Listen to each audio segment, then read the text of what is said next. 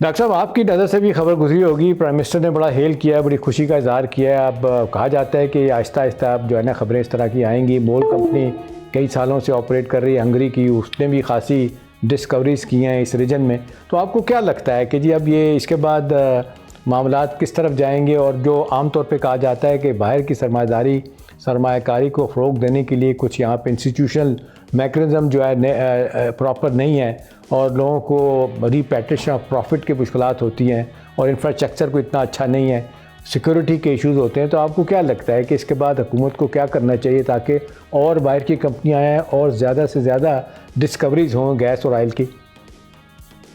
जी, बहुत शुक्रिया। बड़ा खुशाइंद है ये, इससे जो आपके इन्वेस्टर्स हैं उनको उनके कॉन्फिडेंस को बूस्ट अप मिलता है। एक चीज़ ज़हन में रखनी होगी कि जो oil and gas exploration business है वो बड़ा कैपिटल इंटेंसिव बिजनेस है।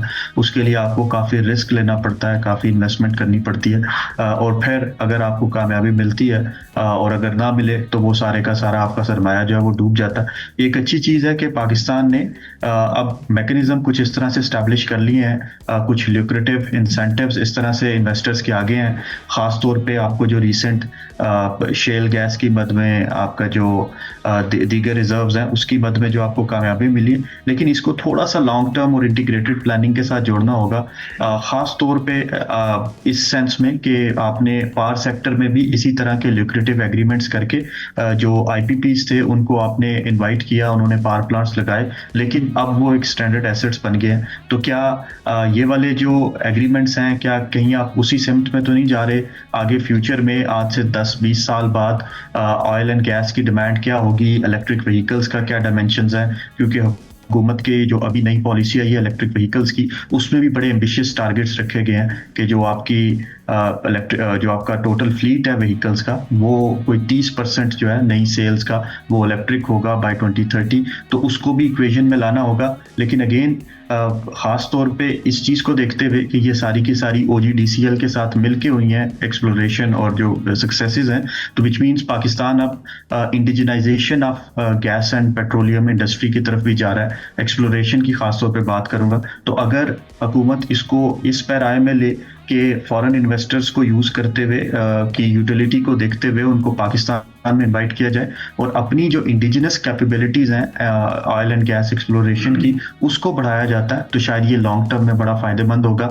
लेकिन अगर इसको एक डिसइंटीग्रेटेड पॉलिसी के तौर पे लिया जाता है, खास तौर पे इस मद में कि हम जो है सिर्फ और सिर्फ इंपोर्ट से जान छुड़ा लें, तो शायद वो एक लॉन्ग टर्म पॉलिसी नहीं होगी, शॉर्ट टर्म पॉलिसी होगी। तो इसको दीगर सेक्टर्स के साथ अपनी इंडस्ट्री की। अच्छा डॉक्टर साहब, दो चीज़ें मैं चाहूँगा कि आप उस पर बात करें। एक तो जो बड़ी अच्छी बात की आपने, एक तो हमारे यहाँ जो आप बता रहे हैं सरमायाकारी की कमी, ख़ास तौर पे फॉरेन डायरेक्ट इन्वेस्टमेंट की और इस सेक्टर में कमी।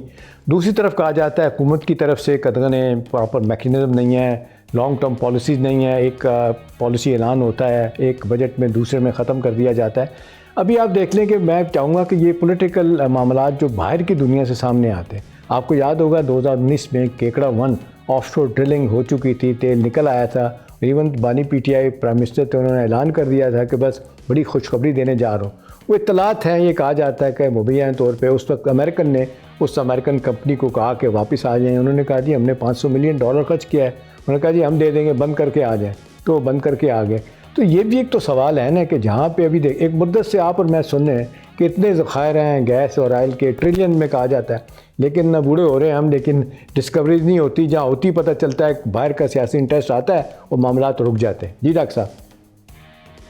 जी, इसकी जियोपॉलिटिक्स की डायमेंशंस बिल्कुल हैं, आप दुरुस्त का, लेकिन साथ में इसकी इकोनॉमिक फिजिबिलिटी और वो डायमेंशंस भी हैं। आपके रिजर्व्स जो हैं दो तरह के होते हैं, एक रिजर्व्स जो एग्जिस्ट करते हैं और दूसरा एक्सट्रैक्टेबल रिजर्व्स होते हैं कि उन रिजर्व से आपका ऑयल एंड गैस निकालने का खर्चा कितना ज़्यादा है। तो पाकिस्तान के जो ज्योग्राफी है उसमें जो एक्सट्रैक्शन का खर्चा है वो भी काफ़ी ज़्यादा आता है। तो उसकी जब इकोनॉमिक फिजिबिलिटी को देखा जाता है तो फिर वो जो कॉस्ट एंड बेनिफिट एनालिसिस है वो कभी कभी oil and gas exploration company को, गिवन के पाकिस्तान का जो इन्वेस्टमेंट क्लाइमेट है वो भी बड़ा एक्सपेंसिव है, उसको जहन में रखते हुए उनको डिसइंसेंटिवाइज करता है। तो फिर वो अपनी अपनी जो मज़ीद आगे जाना है उसको रोक देते हैं। एक अभी रिसेंटली हमने देखा प्रेसिडेंट ट्रंप का वो जो ट्वीट था पाकिस्तान के ऑयल रिजर्व्स के बारे में कि पाकिस्तान शायद एक जो है वो बड़ी जो है वो एक्सप्लोरेशन कर सकता है। उसके बाद हमने देखा इस मैदान में काफ़ी सारे इन्वेस्टर्स को भी लाने की कोशिश की गई, शेल गैस और ऑयल की तरफ भी जाने की कोशिश की गई,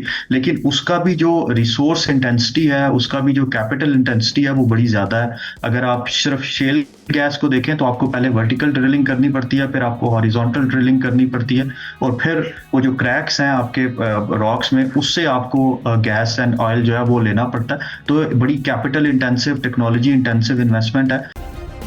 सब्सक्राइब करें और बेल दबाएं ताकि कोई खबर रह न जाए।